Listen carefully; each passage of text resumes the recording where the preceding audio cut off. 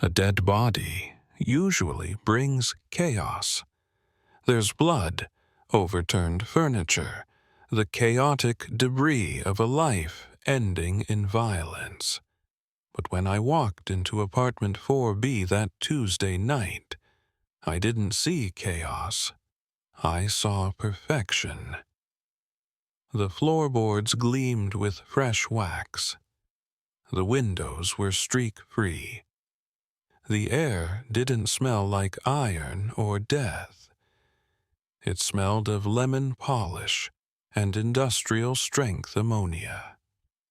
A man was dead in the center of the room, shot twice in the chest, but the rug beneath him was shampooed damp, forming a perfect halo around his corpse. It was the cleanest murder scene I had ever seen. I was at a diner on 8th Avenue, nursing a coffee that tasted like battery acid and burnt toast. It was 1954, November. The kind of New York autumn where the rain doesn't wash the city clean. It just makes the grime slicker, makes the neon lights bleed onto the asphalt like watercolor. I was 40 years old then, working homicide out of the 14th precinct. I wasn't the cynical old man I am now, but I was getting there. The call came through the payphone in the back. The beat cop, a kid named O'Malley, sounded rattled, not scared, confused. He said, "Detective, you need to see this. It doesn't make sense." I drove over to the brownstone on West 46th. The stairwell smelled of boiled cabbage and old damp wood, the usual perfume of the city. But when O'Malley opened the door to 4B, the smell hit me. Not the rot I expected. It was sharp, chemical, stinging the nostrils. The victim was a man named Arthur Vane, mid-30s, wearing a suit that cost more than my yearly salary. He was lying on his back. His eyes were open, staring at the ceiling fan which had been dusted so thoroughly not a single gray speck remained on the blades. "Who touched the scene?" I asked, stepping carefully. "Nobody, Jack. I swear," O'Malley said, his hands hovering over his belt. Door was unlocked. We walked in, saw him, and, well, look at it. I looked. There were no fingerprints on the glass coffee table. It was invisible, just a floating surface. The ashtrays were empty and washed. The bookshelves were aligned by height. And the blood.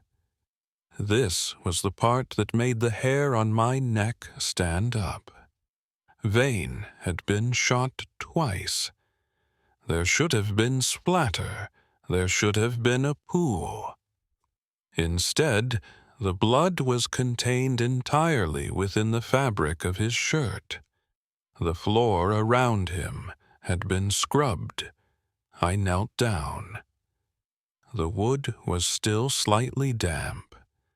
I ran a gloved finger along the floorboard.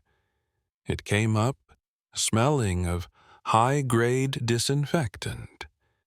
Stay with me until the end. The truth behind this case still unsettles me, not because of the violence, but because of the cold, mechanical logic of what happened in this room. Someone had killed Arthur Vane, and then, instead of fleeing, they had spent hours, maybe 4, maybe 6, cleaning the apartment. They hadn't moved the body. They had cleaned around it. Before I tell you what happened next, please consider subscribing.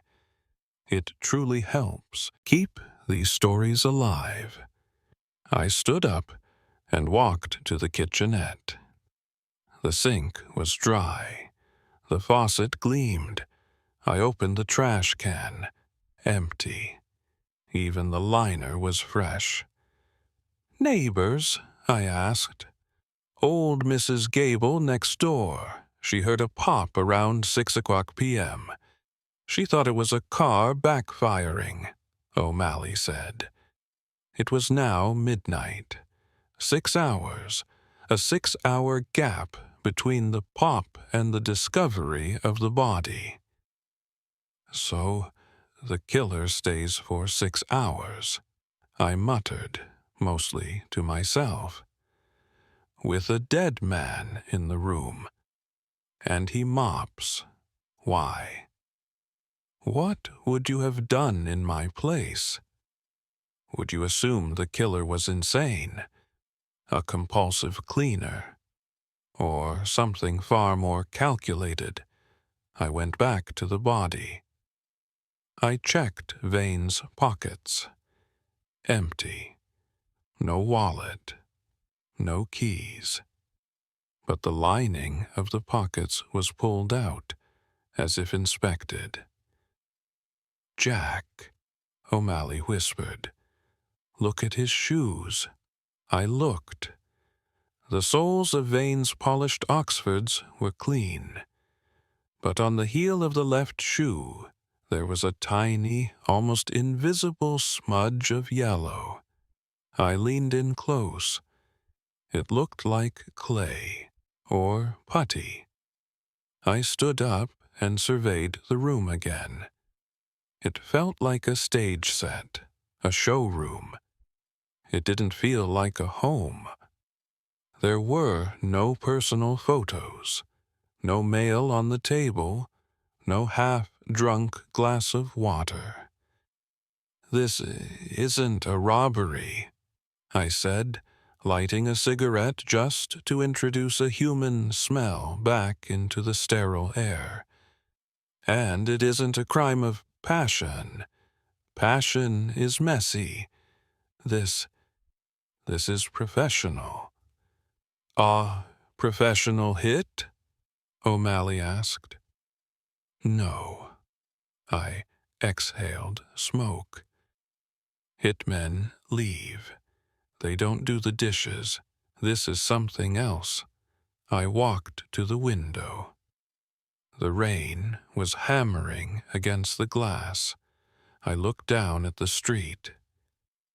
A black sedan was parked across the way, engine running, lights off. As soon as I touched the curtain, the sedan pulled away, tires hissing on the wet stones. "Get the lab boys here," I said, turning back to the impossible room. "Tell them to dust for prints, but tell them they won't find any. I want to know what brand of wax this is, and find out who Arthur Vane actually was, because a man with a suit that expensive doesn't live in a walk-up on 46th without a reason." I had a feeling this clean room was hiding a very dirty secret. The lab report came back 24 hours later, and it was exactly as empty as I expected. No latent prints, no hair fibers. The cleaning agent was a commercial-grade industrial solvent, the kind used in hospitals or high-end hotels, not something you buy at the corner store. Arthur Vane, it turned out, was a consultant. That's what his business card said anyway. In reality, he was a bagman. He moved money between the unions and certain city officials who preferred their envelopes thick and untraceable. He was a middleman, and middlemen are usually safe until they get greedy. I spent the next day canvassing the building. The tenants were the usual mix of working stiffs and insomniacs. Mrs. Gable, the neighbor, was a bird-like woman with cataracts and a hearing aid. She kept turned down low. "I heard the pop," she told me, clutching a shawl around her shoulders. Her apartment smelled of cat food and lavender, a sharp contrast to Vane's sterile tomb. But I heard the vacuum, too. I paused, my pen hovering over my notebook. "The vacuum, Mrs. Gable?" "Yes." About 20 minutes after the pop, a loud hum went on for ages, and the water running. I thought Mr. Vane was finally doing his spring cleaning. He was a messy man, usually. "Messy?" I asked. This contradicted the scene entirely. "Oh, terrible," she whispered. "Newspapers everywhere. Take-out boxes. He lived like a bachelor who'd given up." So, the cleanliness wasn't Vane's habit. It was inflicted upon the scene. I went back to the precinct. The rain hadn't stopped. It just changed rhythm, drumming against the metal roof of the station. I sat at my desk, staring at the crime scene photos. The contrast between the violence of the murder and the domesticity of the cleaning was driving me crazy. Then, a detail in the photo caught my eye. The yellow smudge on the shoe. I had the lab analyze it. "It's modeling clay," the tech told me over the phone. "And Jack? Traces of marble dust." Modeling clay and marble dust. Sculptor's materials. I decided to track Vane's movements the day he died. He'd been seen at a construction site in Midtown, a new civic center project. That explained the marble dust. But the clay? I went to the construction site. The foreman was a burly guy who didn't like cops. He told me Vane had been there arguing with a man in a beige trench coat. "Who was the man?" I asked. "Don't know. Fancy type. Talked soft. Looked at his watch a lot." "Did Vane have anything with him?" "A briefcase, brown leather. He was hugging it like a baby." There was no briefcase in the apartment. I went back to Vane's building that night. I needed to see the room again. I let myself in with the key O'Malley had logged. The smell of ammonia was fading, replaced by the stale air of a closed room. I stood where the body had been. I tried to think like the cleaner. You shoot the man. He falls. You want the briefcase. You take it. Why stay? Why scrub the floor? Unless the evidence wasn't in the briefcase. Unless the evidence was the room itself. I started checking the walls. The paint was old, peeling in the corners, except for one wall. The wall behind the sofa. It looked slightly brighter, cleaner. I pushed the sofa aside. There was a patch of wall that had been scrubbed so hard the paint was thinning. What would you have done? Would you have scraped the paint, or assumed it was just part of the overall cleaning? I took a pocket knife and scraped a sample. Under the top layer of beige paint, there was something dark. Not blood. Ink. Someone had written on the wall. and the killer had scrubbed it off. Suddenly, I heard the floorboard creak in the hallway. I froze. The building was old. It made noise, but this was a rhythmic creak. Footsteps. I drew my service revolver, a heavy .38 that felt cold in my hand. I moved to the side of the door. The knob turned. Slowly, the door opened. A figure stepped in. A woman. She was wearing a raincoat and a headscarf. She didn't see me in the shadows. She walked straight to the spot where Vane's body had been. She was holding a bottle of bleach and a rag. "Police!" I barked, stepping into the light. She gasped, dropping the bleach. The bottle exploded on the floor, sending a pungent wave of fumes into the air. She turned to run, but I was faster. I grabbed her arm. She wasn't a maid.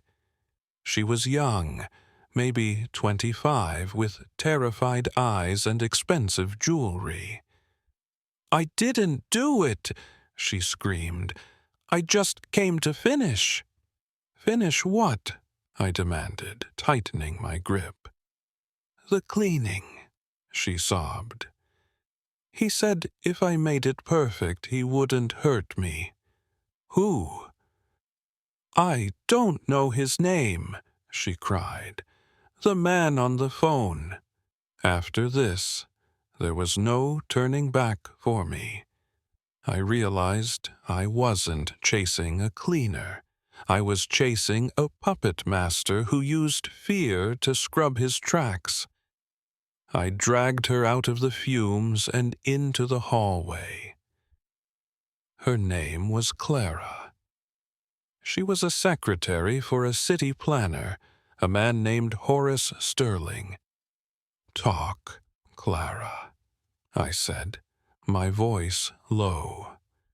We were standing under the flickering bulb of the stairwell. "Why were you cleaning a dead man's apartment?" She was shaking so hard her teeth chattered. "I got a call. 2 hours after Mr. Sterling left the office. A voice.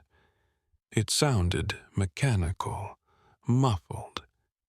He told me Arthur Vane was dead. He said my fingerprints were on the gun." "Were they?" I asked.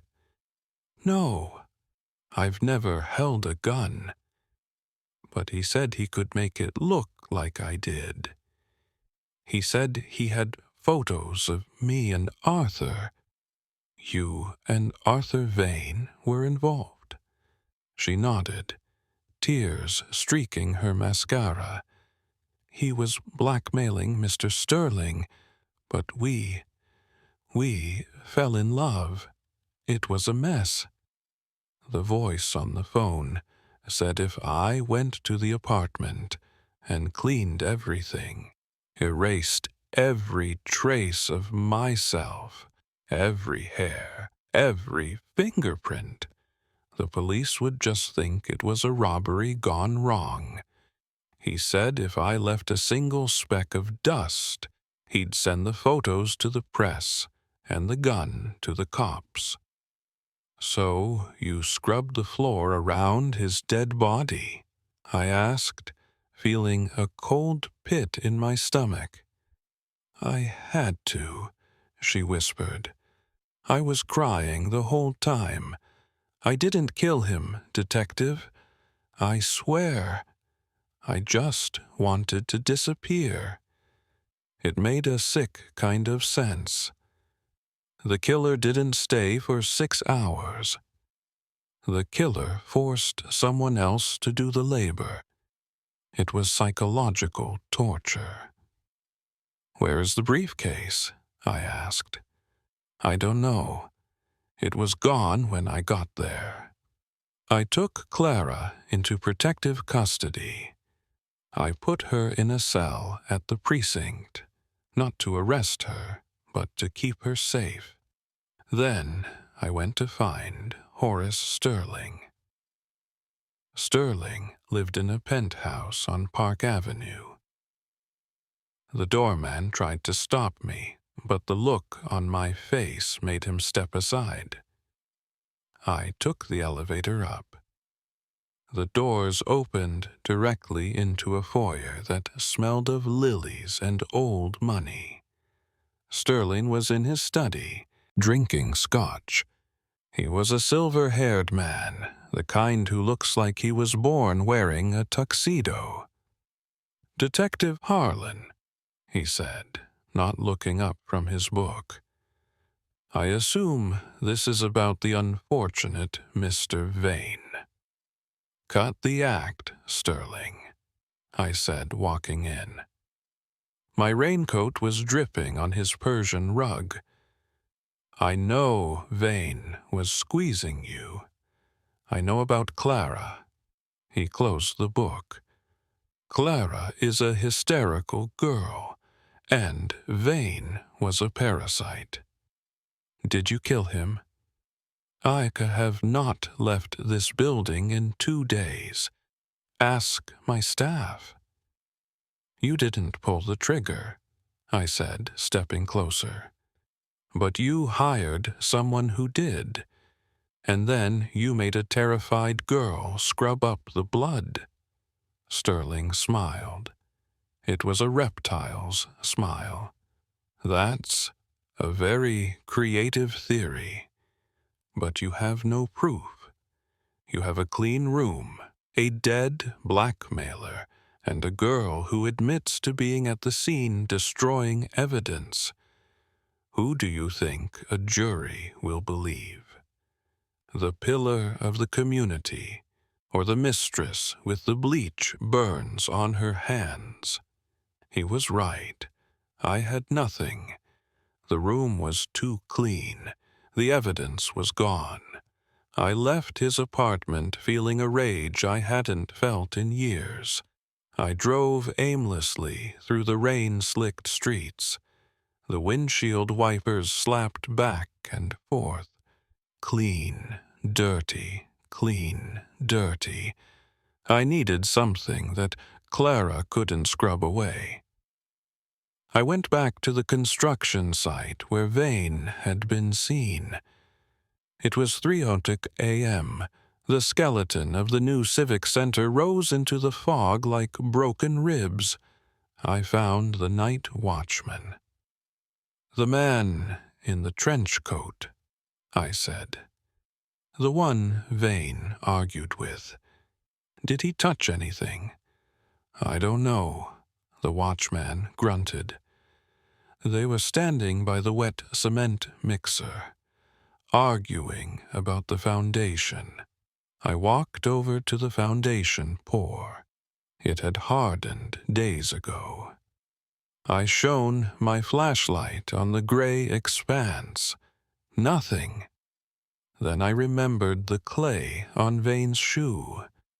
Vane wasn't just a bagman. He was paranoid. If he had a meeting, he wanted insurance. I went back to the apartment one last time. I ignored the clean floors. I ignored the walls. I went to the window. Vane had been looking out the window when the car was there. I looked at the radiator beneath the sill. It was an old cast-iron beast. I reached behind it, into the gap between the metal and the wall. My fingers brushed against dust, the only dust Clara had missed because her hands were too small to reach deep, or she was too panicked. I felt something stuck there with a lump of modeling clay. I pulled it out. It was a small brass key. Not a house key. A locker key. Number 402. Clara had cleaned the room, but she hadn't cleaned Vane's mind. He had hidden his insurance policy right before he let his killer in. The key belonged to a locker at Grand Central Station. I went there at dawn. The station was echoing with the footsteps of early commuters, a cathedral of motion. Locker 402 contained a single reel of audio tape and a ledger. I took it back to the precinct and spooled the tape onto the player. The reels spun. Click, hiss, click. Voices filled the room.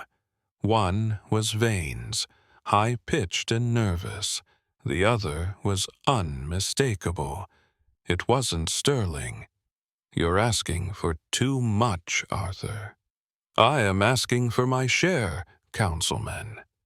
It was Councilman Drayton, the man running on an anti-corruption platform, the man who was supposed to clean up the city.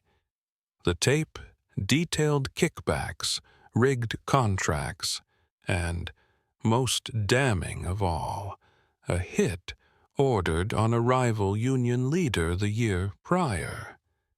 But the ledger had names, and one of the names listed as the janitor was a man named Korelski. I ran Korelski's file. Ex-military, specialized in chemical warfare, dishonorable discharge. He was a ghost, a freelancer who didn't just kill, he sanitized. It wasn't Sterling who ordered the hit. Sterling was just another victim of Vane's blackmail. It was Drayton. And Drayton had hired Korelski. Korelski's M.O. wasn't to clean the scene himself. It was to force someone connected to the victim to do it. It was his signature. He enjoyed the irony. He killed Vane, then called Clara, who he found in Vane's contact list, and used her terror to do his janitorial work. It kept his hands clean and framed her simultaneously. I had the tape. I had the motive.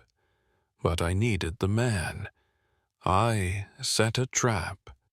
I used the very phone Vane had died next to. I called Drayton's office and left a message. "We found the clay. We have the tape. 4B tonight." Then I waited in the dark apartment. At 2:00 a.m., the lock picked, quietly, smoothly. A man entered. He was wearing a beige trench coat and surgical gloves. He didn't turn on the lights. He moved with the grace of a predator. He walked toward the radiator. He had a gun with a silencer. "Looking for this?" I asked, clicking on the lamp. The man spun around. It was Korelski. He didn't look like a monster. He looked like a dentist. Clean-shaven, calm eyes. "Detective Harlan," he said softly. "You shouldn't be here. You'll mess up the floor." "It's over, Korelski. We have the tape. Drayton is being picked up right now." He raised the gun. "Drayton is a fool, but I am a professional. I leave no mess." He fired. The bullet shattered the lamp next to me. The room plunged into darkness. I rolled to the floor. I heard his footsteps, soft, rhythmic. He wasn't running. He was hunting. You see, Jack, his voice drifted from the kitchen. Dirt is inevitable. People are filth. I just help the world stay tidy. I saw his silhouette against the window, illuminated by the street lamp outside. He was aiming at where I had been. I fired once. The shot was deafening in the empty room. Korelski jerked. He dropped his gun and fell backward. I scrambled up and kicked his weapon away. He was hit in the shoulder. He lay there, looking at his own blood spreading on the freshly waxed floor. "You," he gasped, grimacing. "You ruined the polish." "Yeah," I said, standing over him as the sirens began to wail in the distance. "I'm messy that way." The scandal broke the next morning. Councilman Drayton was arrested. The tape was played on every radio station in the city. The clean city candidate was revealed to be the filthiest of them all. Korelski survived the gunshot. He went to prison, but he didn't last long. He was found dead in his cell a year later, strangled. Someone evidently wanted to clean up a loose end. As for Clara, she was cleared of the murder charge, but she was never the same. I saw her a few years later, working at a diner in Queens. She looked older, harder. She saw me and nodded, but we didn't speak. What do you say to the woman you saved from a frame-up, but who you know spent 6 hours scrubbing her lover's blood off a floorboard? Sterling, the wealthy city planner, walked away scot-free. He claimed he was a victim of blackmail and knew nothing of the violence. Money, as always, acted as the ultimate detergent. I retired a few years after that case, but sometimes, when I'm cleaning my own apartment, when I smell the sharp tang of bleach, or see a floor shining a little too perfectly, I freeze. I think about that room. I think about the silence. I think about the terrifying patience of a killer who forces the innocent to wash away the sins of the guilty. It taught me that the scariest things in this world aren't the monsters hiding in the dark. It's the people who can commit an atrocity in the light and then wipe the world clean until it looks like nothing ever happened. We like to think the truth leaves a mark, a stain. But sometimes, if you scrub hard enough, the truth disappears down the drain with the soapy water. And what's the strangest case you ever heard of? I'd like to read your stories in the comments.